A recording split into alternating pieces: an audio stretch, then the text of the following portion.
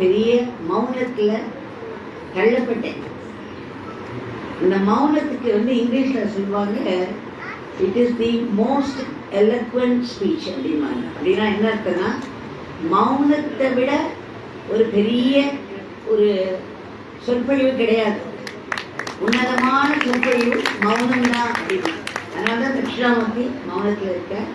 ஆனால் அந்த மௌனத்தில் நான் சொல்லலை.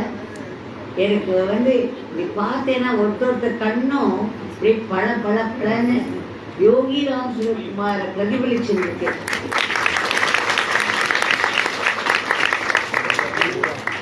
நிஜமாவே அன்பு வெள்ளம் இங்க ஆறா ஓடின்னு இருக்கு. அதே மாதிரி உங்க ஒருத்தரோட ஒரு சுறுசுறுப்பா ஒருத்தர் அங்கே இங்கே நடந்து காரியங்கள் பண்றதை பார்க்குறேன்.